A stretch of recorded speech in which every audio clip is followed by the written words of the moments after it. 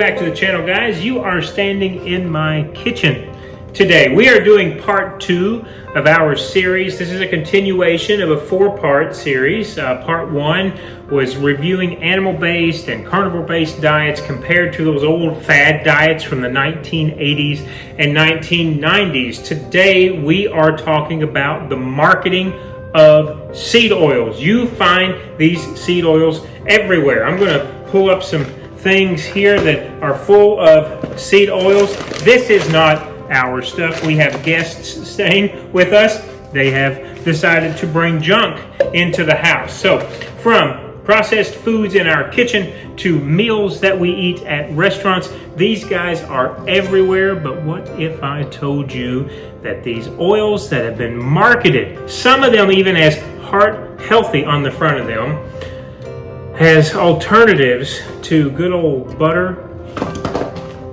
and lard, are actually contributing to some of today's mental health issues and metabolic chronic illness issues. So today we are going to review and dive deep into the surprising research that is starting to come out about these oils that were once used as lubricants for car motors.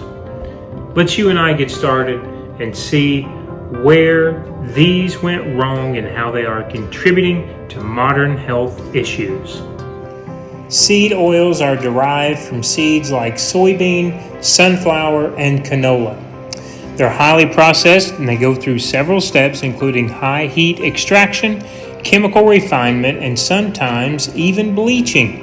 This process makes them inexpensive and long-lasting, which is why they're so popular in packaged foods today.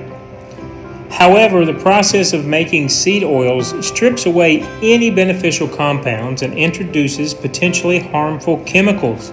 Studies have shown that the high heat and solvents used can create oxidation and even trans fats in these oils, substances that are linked to inflammation and heart disease.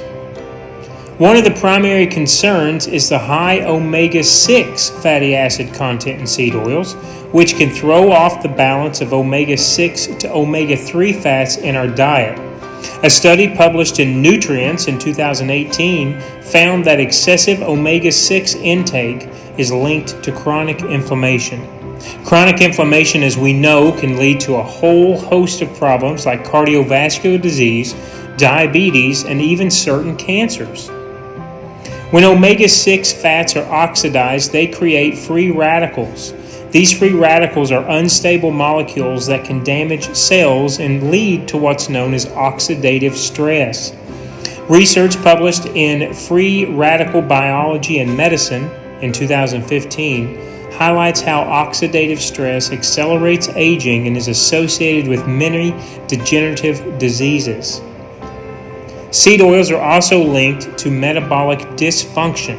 A review in Lipids in Health Disease 2020 analyzed how these oils affect insulin sensitivity and found evidence suggesting a higher risk for insulin resistance. Insulin resistance is the precursor to type 2 diabetes and other metabolic disorders. Quote, consistent exposure to oxidized seed oils can impair the body's ability to metabolize glucose effectively, the author noted. This impairment can lead to obesity, another common issue in modern society. While seed oils have been marketed as heart healthy, especially since they are low in saturated fats, newer studies challenge this narrative. Research in the British Medical Journal 2013 reviewed a randomized trial and found that substituting saturated fats with omega-6 rich oils did not actually reduce heart disease risk, and in some cases, even increased it. Researchers suggested that the oxidative instability of these oils might make them more harmful than originally thought when consumed in large amounts. Some studies have even linked seed oils to mental health.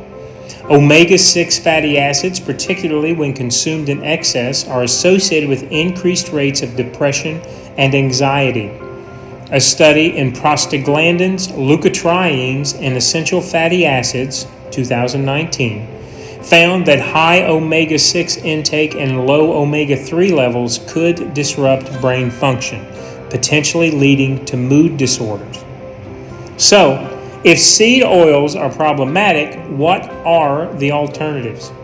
Oils like olive oil, coconut oil, and even animal fats like butter are less processed, tend to have more stable fatty acid profiles. For instance, olive oil is rich in monosaturated fats and has numerous studies supporting its benefits for heart health and longevity. The only issue with olive oil is the fact that you have to really pay attention to where it is sourced from.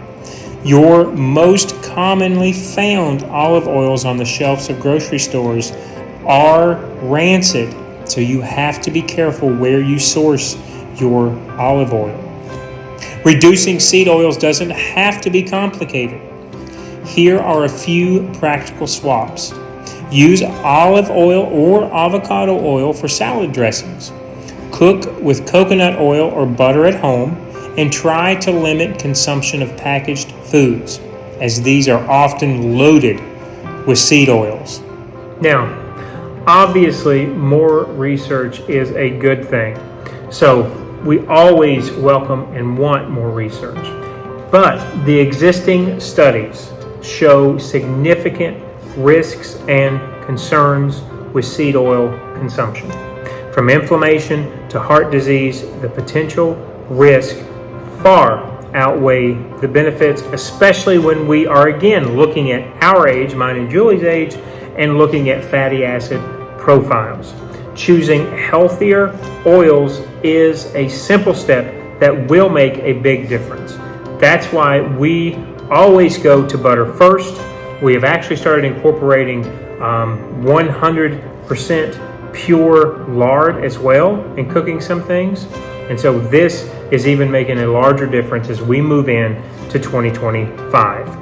Now, as always, if you found this video helpful, thank you for showing up and watching the second video, again in a series of 4. I love it with the engagement. Again, we will put our studies at the bottom in the description. If you have any questions, concerns, please reach out.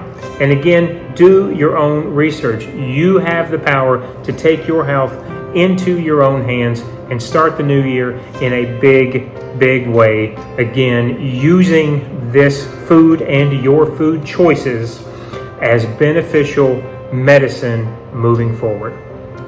Have a great day, guys. I'll see you again soon in another video.